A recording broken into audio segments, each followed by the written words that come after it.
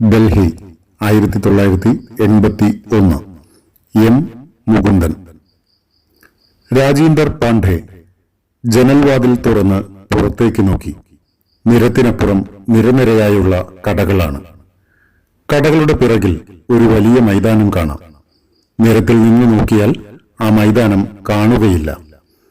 അയാളുടെ മുറി 2ാം നിലയിൽ റോഡിന് അഭിമുഖമായാണ് സ്ഥിതി ചെയ്യുന്നത്. അതുകൊണ്ട് ജനലിനരികിൽ ചെന്നു നിന്നാൽ താഴെ തെരുവും നിരയായുള്ള പീടികകളും അപ്പുറത്തെ മൈതാനവും എല്ലാം വ്യക്തമായി കാണാം. മൈതാനത്തിന് നടുവിലൂടെ ഒരു ഒറ്റയടിപ്പാത കടന്നുപോകുന്നു. അതിലെ പോയാൽ ചിരാഗ് ഡൽഹിയിലേക്കുള്ള പ്രധാന നിരത്തിൽ എളുപ്പം ചെന്നെത്താം. മൈതാനം സദാ വിജനമായിരിക്കും. വല്ലപ്പോഴും മാത്രം ആ ഒറ്റയടിപ്പാതയിലൂടെ വല്ലവരും വരികയോ പോവുകയോ ചെയ്തെന്നു വരും. പകൽ സമയങ്ങളിൽ അവിടെ പന്നികൾ മേഞ്ഞു നടക്കുന്നുണ്ടാവും. പടിഞ്ഞാറ് വശത്ത് ഒരു ഇടിഞ്ഞു തകർന്ന ശവകുടീരം കാണാം. മുഗളരുടെ കാലത്തുള്ളതാണ്. അതിൽ നിറയെ പ്രാവുകളാണ്.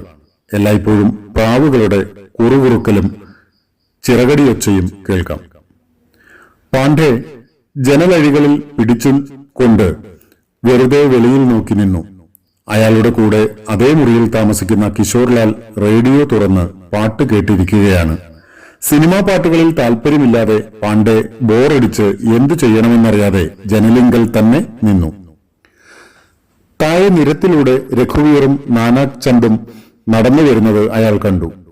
അവർ സ്ഥലത്തെ പ്രധാന തെമ്മാടികളാണ്. രണ്ടുപേരും ചെറുപ്പക്കാരാണ്. IP കോളേജിലെ വിദ്യാർത്ഥിനികളെ ബസ് സ്റ്റോപ്പിൽ വെച്ച് ഉപദ്രവിച്ചതിന് രഘുവീർ 2 ദിവസം ലോക്കപ്പിൽ കിടക്കുകയുണ്ടായി. നാനക് ചന്ദ് 5 തവണ ജയിലിൽ കിടന്നിട്ടുണ്ട്. അവസാനത്തെ ജയിൽ ശിക്ഷ ഒരു സ്ത്രീയുടെ കഴുത്തിൽ നിന്ന് ആഭരണം പിടിച്ചുപറിച്ചതിനായിരുന്നു. രഘുവീറും നാനക് ചന്ദും അമീർ സിംഗിന്റെ ഡ്രൈക്ലീൻ കടയുടെ പിറകിലൂടെ മൈതാനത്തേക്ക് ഇറങ്ങിപ്പോകുന്നത് പാണ്ഡെ കണ്ടു. അവർ പുകവലിച്ചുകൊണ്ട് ഒരു വെട്ടുകല്ലിന്മേൽ ഇരുന്നു. അകലെ മൈതാനത്തിന്റെ മറുവശത്ത് ഒരു മഞ്ഞ നിഴൽ തെളിഞ്ഞു വരുന്നത് പാണ്ഡെ ശ്രദ്ധിച്ചു. കൂടെ ഒരു നീണ്ട നിഴലും. ഏതാനും നിമിഷങ്ങൾ കഴിഞ്ഞപ്പോൾ അവർ മഞ്ഞ സാരിയെടുത്ത ഒരു സ്ത്രീയും ഒരു പുരുഷനുമാണെന്ന് അയാൾക്ക് മനസ്സിലായി.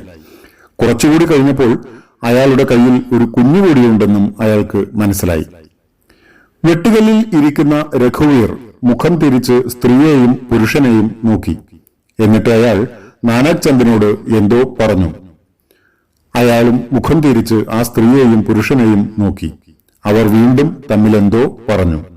അതിനുശേഷം അവർ എഴുന്നേറ്റ് മൈതാനിയിലൂടെ നടക്കുവാൻ തുടങ്ങി. അബേ കിഷോർ, തമാശ കാണണമെങ്കിൽ വാ. രാജീന്ദർ പാണ്ഡെ കിഷോർലാലിനെ ജനലിന്റെ അരികിലേക്ക് വിളിച്ചു. കിഷോർലാൽ ചുണ്ടിൽ വിരൽ വെച്ച് മിണ്ടരുതെന്ന് ആംഗ്യം കാണിച്ചു. റേഡിയോയിൽ അമിതാഭ് ബച്ചൻ പാടിയ ലാവരിസിലെ പാട്ടാണ് വരുന്നത്. പരസ്പരം തോളിൽ കൈയിട്ട് അലസമായി ഒരു സിഗരറ്റ് തന്നെ മാറി മാറി വലിച്ചുകൊണ്ട് നാനക് ചന്ദും രഘുവീറും മൈതാനത്തിന്റെ നടുവിലേക്ക് നടക്കുകയാണ്. അപ്പോൾ മഞ്ഞ നിഴൽ കുറെ കൂടി തെളിഞ്ഞു കാണാം. ആ സ്ത്രീയും പുരുഷനും മൈതാനിയിലൂടെ ഏകദേശം നടുവിൽ എത്തിയിരിക്കുന്നു. ജനലിനരികിൽ നിൽക്കുന്ന പാണ്ഡേക്ക് അവളുടെ മുഖം വ്യക്തമായി കാണുവാൻ കഴിഞ്ഞില്ല. എങ്കിലും അവൾ സുന്ദരിയാണെന്ന് അയാൾ ഊഹിച്ചു. അവളുടെ കൂടെ നടന്നു വരുന്ന ചെറുപ്പക്കാരൻ നീണ്ടു മെലിഞ്ഞിട്ടാണ്. അവർ ഭാര്യയും ഭർത്താവും കുഞ്ഞും അടങ്ങുന്ന ഒരു സംതൃപ്ത കുടുംബമാണ്. വെയിലിന്റെ ശക്തി കാരണമായിരിക്കണം ചെറുപ്പക്കാരി സാരിയുടെ തുമ്പുകൊണ്ട് തല മൂടി. അവർ ഇപ്പോൾ മൈതാനത്തിന്റെ മധ്യഭാഗം കഴിഞ്ഞിരിക്കുന്നു. നാനക് ചന്ദിന്റെയും രഘുവീറിന്റെയും നടത്തം സാവധാനത്തിലായി. മൈതാനിയിൽ എവിടെയും കണ്ണെത്താവുന്ന ഇടത്തൊന്നും ആരെയും കണ്ടില്ല. തകർന്ന ശവകുടീരത്തിലെ പ്രാവുകൾ പോലും നിശബ്ദരാണ്. അബേ കിഷോർ, നിന്റെ റേഡിയോ ബന്ദ് കരോ, എഴുന്നേറ്റ് വായാർ. പാണ്ഡെ ഒരിക്കൽ കൂടി കിഷോർലാലിനെ ജനലിന്റെ അരികിലേക്ക് വിളിച്ചു. നാനക് ചന്ദും രഘുവീറും ആ കുടുംബത്തിന്റെ അരികിലെത്തി. അരേ ജൽദി എഴുന്നേറ്റ് വായാർ. പാണ്ഡെ മൈതാനത്തിന്റെ നടുവിലേക്ക് മിഴിച്ചു നോക്കി. റേഡിയോ ഓഫാക്കാതെ തന്നെ കിഷോർലാൽ എഴുന്നേറ്റു വന്നു. നാനക് ചന്ദും രഘുവീറും വഴിമുടക്കി നിന്നു. നാനക് ചന്ദ് 2 കൈകളും ഊരയിൽ വെച്ച് വായിലെ സിഗരറ്റ് എടുക്കാതെ തന്നെ ചെറുപ്പക്കാരിയെ നോക്കിയൊന്ന് ചിരിച്ചു. ചെറുപ്പക്കാരന്റെ മുഖം ചുവന്നു. മാറി നിൽക്കിൻ തെമ്മാടികളെ, അയാൾ പറഞ്ഞു. റാസ്കൽസ്. നാനക് ചന്ദും രഘുവീറും അത് കേട്ടതായി ഭാവിച്ചില്ല. ചെറുപ്പക്കാരി മഞ്ഞ സാരി തലയിലൂടെ വലിച്ചിട്ട് ചൂളി നിന്നു. അവളുടെ ഇരു കവിളുകളും ചുവന്നു തൊടുത്തു. അരെ യാർ, നാനക്ചന്ദും രഘുവീറും എന്തിനാ ഭാവം? കിഷോർലാൽ പാണ്ഡെയോട് ചോദിച്ചു. Let's wait and see. ഒരു സിഗരറ്റ് തായാർ. കിഷോർലാൽ ഒരു റെഡ് ആൻഡ് വൈറ്റിന്റെ പാക്കറ്റ് കീശയിൽ നിന്നെടുത്ത് പാണ്ഡെയുടെ നേരെ നീട്ടി. അവർ രണ്ടുപേരും ഓരോ സിഗരറ്റ് കത്തിച്ച് വർദ്ധിച്ച രസത്തോടെ മൈതാനത്തിൽ നോക്കി നിന്നു. അവിടെ വെയിൽ തിളയ്ക്കുകയാണ്. അവർ മാറ്റിനിക്ക് പോവുകയായിരിക്കണം യാർ, പാണ്ഡെ അഭിപ്രായപ്പെട്ടു. അല്ലാതെ ഈ നേരത്ത് ഈ വെയിലിൽ അവർ മറ്റെവിടെ പോകാൻ? ഹായ് മഞ്ഞക്കിളി, നിന്റെ മുഖമൊന്ന് കണ്ടോട്ടെ. നാനക്ചന്ദ് ചെറുപ്പക്കാരിയുടെ മുഖത്തു നിന്ന് സാരി പിടിച്ചു നീക്കി. മാംസളമായ കവിളുകളും വിടർന്ന കണ്ണുകളുമുള്ള അതീവ സുന്ദരമായ ഒരു മുഖം. തലമുടിയുടെ മധ്യരേഖയിൽ കുങ്കുമം വിതറിയിരിക്കുന്നു, നെറ്റിയിൽ പൊട്ടും. നാനക്ചന്ദ് കയ്യിൽ കുഞ്ഞുമായി നിൽക്കുന്ന ചെറുപ്പക്കാരന്റെ നേരെ തിരിഞ്ഞ് അയാളോട് പറഞ്ഞു, അരെ ബ്രദർ, നീ വലിയ ഭാഗ്യവാൻ തന്നെ. ഹേമമാലിനിയെ പോലെയുള്ള ഒരു ഭാര്യയെ നിനക്ക് കിട്ടിയല്ലോ. ചെറുപ്പക്കാരന്റെ ക്ഷമ നശിച്ചു. അയാൾ ഉള്ളാലെ ജ്വലിച്ചു.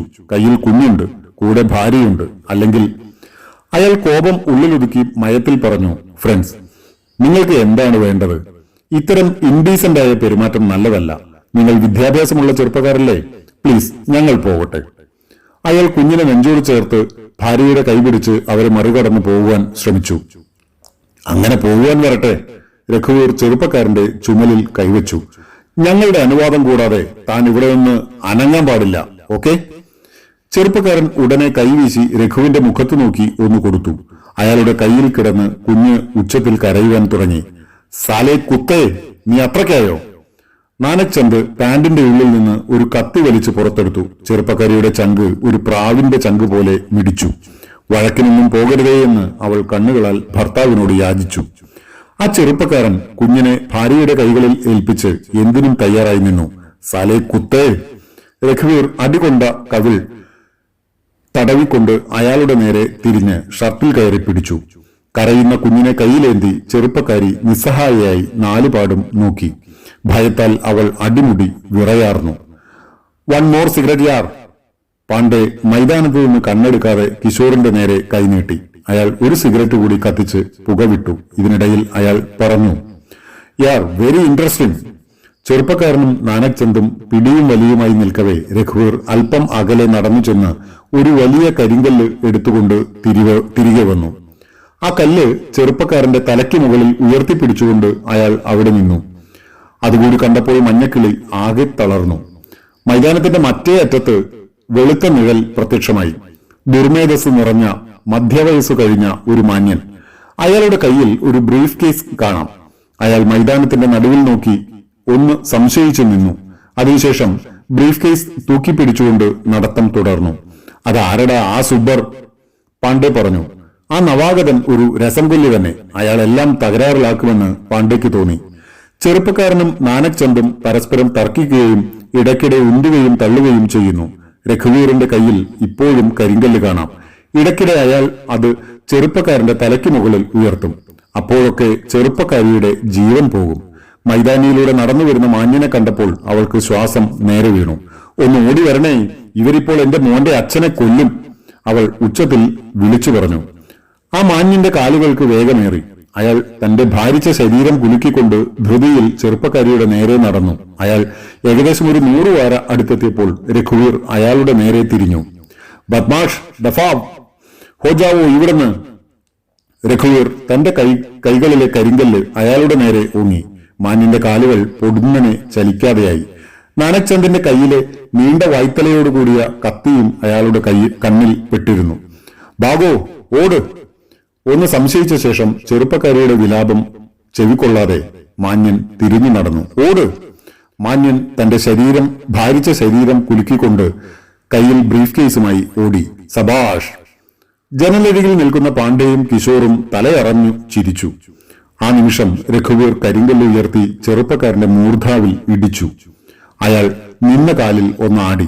നാനക്ചന്ദ് കാലുയർത്തി അയാളുടെ നാഭിയിൽ ഒരു ചവിട്ടും കൊടുത്തു. അതോടെ അയാൾ ഒരു വില്ല് പോലെ മുമ്പോട്ട് വളഞ്ഞ് മറിഞ്ഞു വീണു. ഈ നാനക്ചന്ദിനെയും രഘുവീറിനെയും സമ്മതിക്കണം. Really great. ഓക്കെ യാർ. തന്റെ മുറിയൻ ഇംഗ്ലീഷിൽ കിഷോർലാലും പറഞ്ഞു. പാണ്ഡെ പറഞ്ഞു, വെരി വെരി ഗ്രേറ്റ്. ഓക്കെ യാർ. അവർ ഇരുവരുടെയും കണ്ണുകൾ മൈതാനിയുടെ നടുവിൽ. എഴുന്നേൽക്ക് സിസ്റ്റർ. ഭർത്താവിന്റെ അരികിലിരുന്ന് കരയുന്ന ചെറുപ്പക്കാരിയുടെ കയ്യിൽ നാനക് ചന്ദ് കടന്നു പിടിച്ചു. ഞങ്ങളുടെ കൂടെ വാ, ആ ഖബറിൽ. അയാൾ ഇടിഞ്ഞു വീണ ശവകുടീരത്തിനു നേരെ വിരൽ ചൂണ്ടി. എന്നെ ഒന്നും ചെയ്യരുതേ. അവൾ നിറമിഴികളോടെ അവരുടെ നേരെ കൈകൂപ്പി. നാനക് ചന്ദ് അവളെ ബലമായി പിടിച്ച് എഴുന്നേൽപ്പിച്ചു. മുന്നോട്ട് തള്ളി. നിലത്ത് കിടന്ന് ഉച്ചത്തിൽ കരഞ്ഞു ആ കൈക്കുഞ്ഞ്. രഘുവീർ ഉടനെ കീശയിൽ നിന്ന് ഒരു വലിയ തൂവാലയെടുത്ത് അതിന്റെ വായിൽ തിരികെ കയറ്റി. കുഞ്ഞിന്റെ കണ്ണുകൾ വെളിയിലേക്ക് തള്ളി. അതിന്റെ നിലവിളി നിന്നു.